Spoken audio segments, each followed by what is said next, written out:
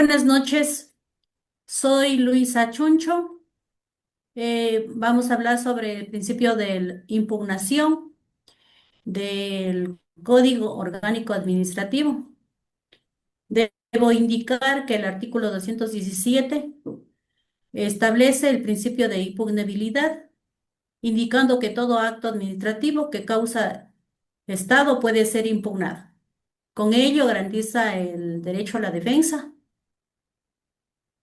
es- permitiendo que los ciudadanos quienes sean afectados por una decisión administrativa puedan impugnarla.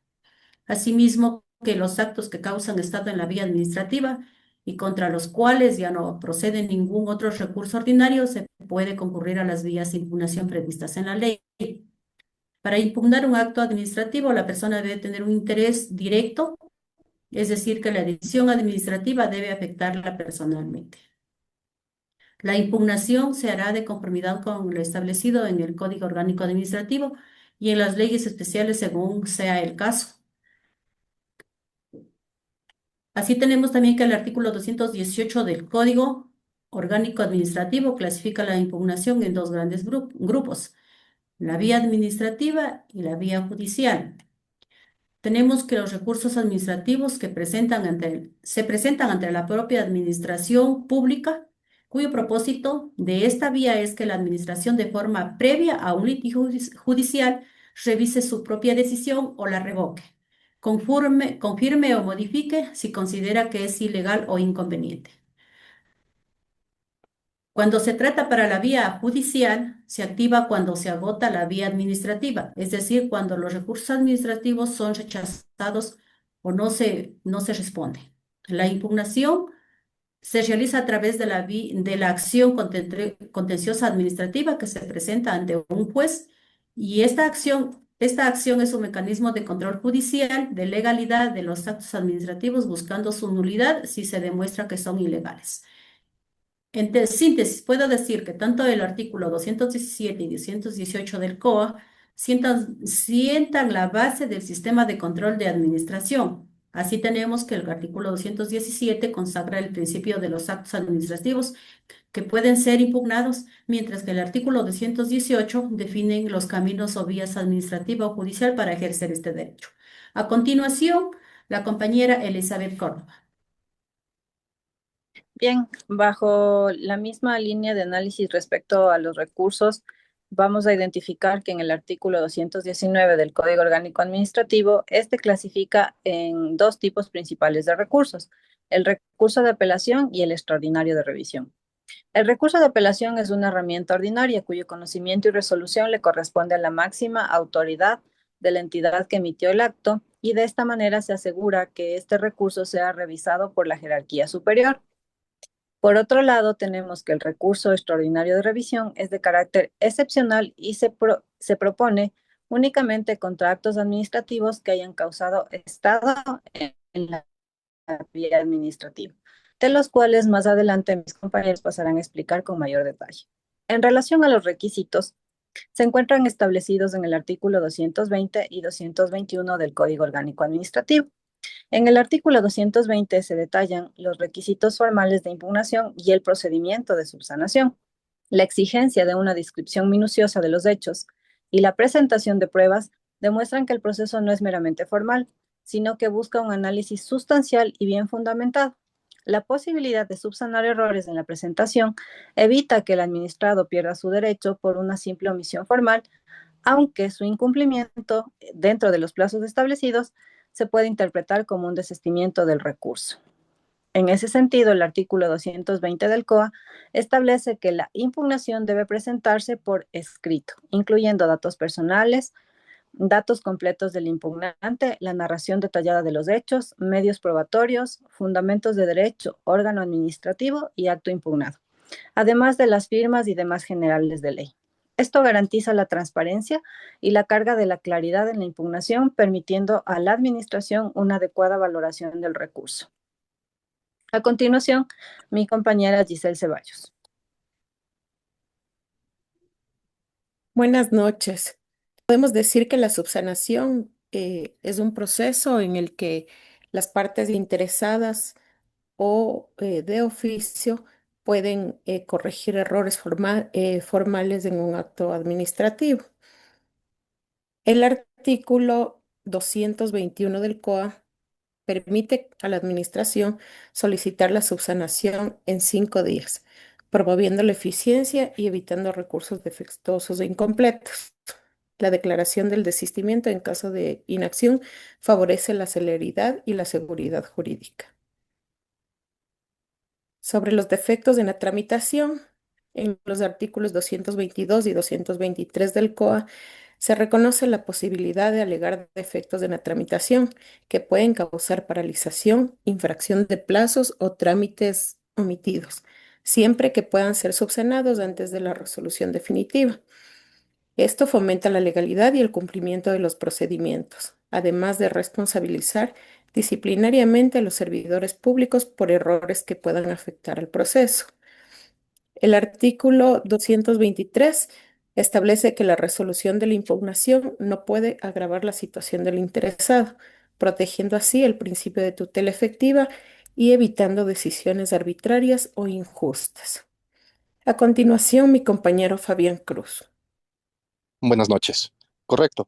Referente al recurso de apelación, es importante indicar que en la antigua Roma se introdujo esta palabra latina appellatio, que significa nosotros permitir la inconformidad ante un tribunal superior. Entonces, poco a poco ha ido evolucionando esta palabra y este recurso, de forma oportuna y formal, se lo va estableciendo ya en la actualidad, indicando ahora en la legislación ecuatoriana, en el Código Orgánico Administrativo, que se puede presentar el tema del recurso de apelación cuando se está inconforme con una decisión y se presenta ante un tribunal superior, indicando que este recurso obra en el Código Orgánico Administrativo del artículo 224 al artículo 231.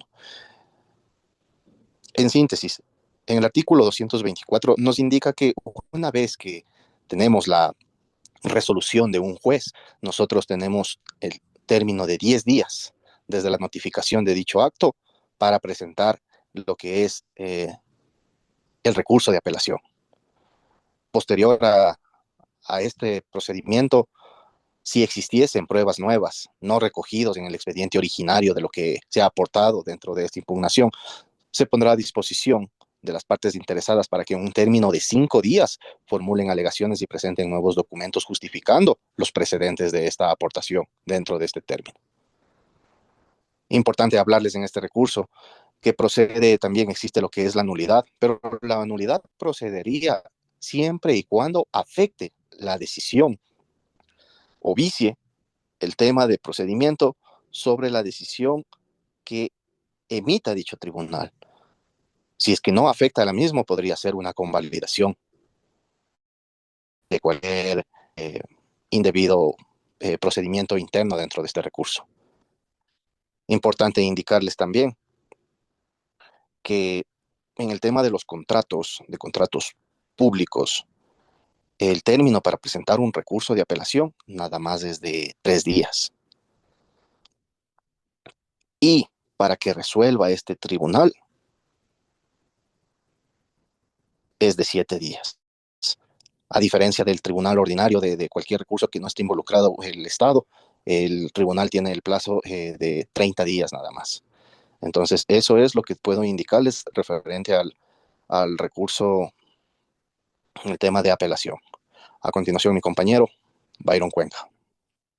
Yo les voy a hablar sobre la resolución del recurso de apelación que se encuentra establecida en el artículo 230 del COA, que nos habla del plazo máximo para resolver y notificar la resolución, la cual se determina dentro de un mes, contados desde la fecha de la interposición.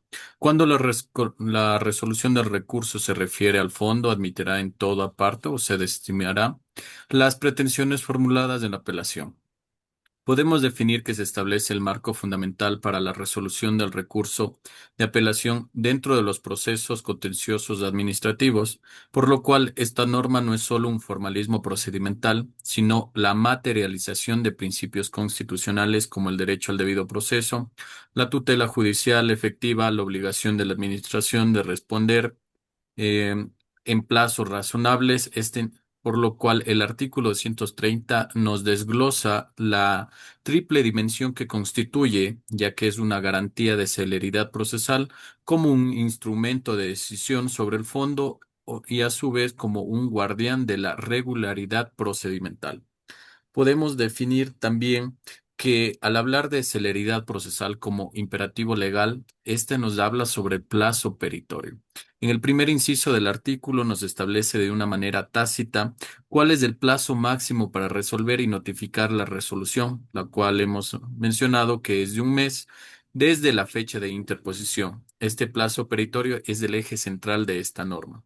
Al igual, también podemos hablar sobre la decisión del fondo, la cual puede ser admisión, una admisión parcial o una desestimación. Cuando hablamos de una admisión, es admitir todo, significa que el tribunal está de acuerdo de manera plena con los argumentos del apelante, en consecuencia se revoca total o parcialmente la resolución recurrida. Al hablar de admitir en una parte o admisión parcial, se refleja que esta es una decisión en equilibrio y el tribunal puede encontrar en mérito en alguno de los argumentos del apelante, pero no en todos, y esto le permite modificar la decisión de primera instancia para hacerle más justa al derecho. También se puede desestimar, lo que implica que el tribunal no encuentra ningún fundamento en los argumentos de la apelación, por lo tanto confirma que la resolución impugnada en todas sus partes es meritoria. También cuando la inadmisión nos habla de la formalidad o se da por la formalidad y la legalidad, este artículo concluye que el control de legalidad formal es la resolución del recurso declarado a su admisión cuando no cumpla con los requisitos exigidos para su interposición.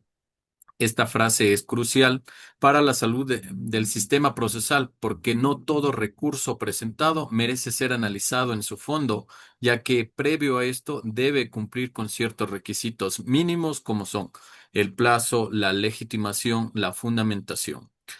Como conclusión, puedo decir que el artículo 230 del COE es mucho más que una simple regla procedimental, ya que es una pieza esencial dentro de la justicia administrativa, ya que nos permite lograr un equilibrio que impone la celeridad mediante un plazo que nos otorga la flexibilidad para analizar la misma y preservar la integridad del proceso, lo cual la correcta aplicación nos permite un mejor desarrollo de la admisión o negatividad de la resolución. A continuación, mi compañero, el doctor Murillo Jofre, va a exponer. Buenas noches, muchas gracias. Yo les voy a hablar sobre el recurso extraordinario de revisión. Sobre el mismo, hay que señalar que es un mecanismo de impugnación administrativa que se encuentra regulado en el Código Orgánico Administrativo. A diferencia de otros recursos, este es de carácter excepcional y procede únicamente de actos administrativos del Estado administrativo. A través de un recurso ordinario, como es el de apelación, el mismo que ya ha sido explicado claramente. El recurso extraordinario de revisión no puede interpretar en casos específicos por causas específicas, de un error que vició la causa o voluntad de la administración al emitir el acto administrativo. Las causales, conforme lo establece el artículo 232 del Código Orgánico Administrativo, son las siguientes. Primero, tenemos el error evidente y manifiesto de hecho. Este se da cuando el acto administrativo contiene un error de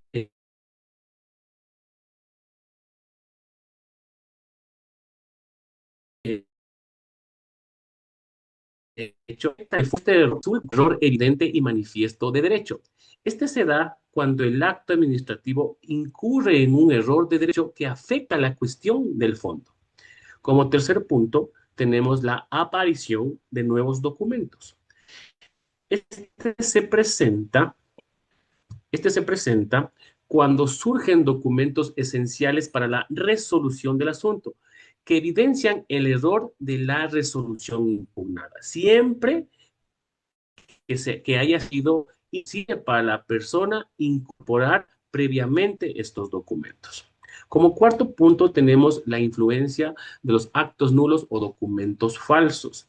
Esta causal incurre cuando la resolución se haya basado en actos declarados nulos o documentos y testimonios falsos antes o después de la resolución, y que el interesado desconocía esta declaración al momento de su aportación. Y finalmente tenemos la conducta punible. Esta se da cuando la resolución se haya dictado como consecuencia de una conducta punible declarada en sentencia judicial ejecutoriada. El plazo para interponer el recurso extraordinario de revisión es de 1 año, si se basa en la primera causal, es decir, en el error de hecho, a partir de la notificación del acto administrativo. Para las demás causales, el término es de 20 días, contados desde que se dio a conocer los documentos de valor esencial o desde que la sentencia de nulidad o falsedad queda en firme. Finalmente, hay que señalar que no procede interponer este recurso si el asunto ya ha sido resuelto en vía judicial. A continuación, mi compañero, el doctor Richard Gitala. Muy buenas noches. Con respecto a la admisibilidad y resolución, me permito dar a conocer que el artículo 233 establece que el recurso extraordinario de revisión solo será admitido cuando se funda en las causales previstas en la norma. Si no se cumple con estas causales, el órgano competente lo inadmitirá. También será rechazado cuando existan revisiones anteriores, sustancialmente iguales que ya fueron desestimadas, y el plazo para admitir el recurso es de 20 días. Si transcurrido este término no se dicta ni se notifica una decisión sobre la admisión, el recurso se entiende automáticamente desentendido. Por otra parte, en el artículo 234 regula la resolución del recurso, el cual, una vez admitido a trámite, la administración pública debe resolverlo en el plazo de 1 mes. Asimismo, se aclara que el plazo para acudir a la vía judicial empieza a contarse desde la resolución expresa o desde la desestimación tácita del recurso. Con estas normas se garantiza un procedimiento rápido, con plazos claros y sin dilataciones indebidas, protegiendo con esto tanto los derechos del administrado como la seguridad jurídica.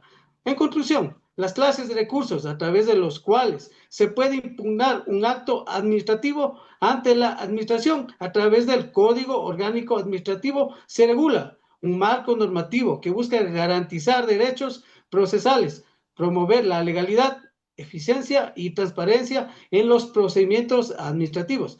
En este orden, la normativa establece mecanismos claros para presentar recursos, corregir defectos, alegar nulidades y resolver las impugnaciones.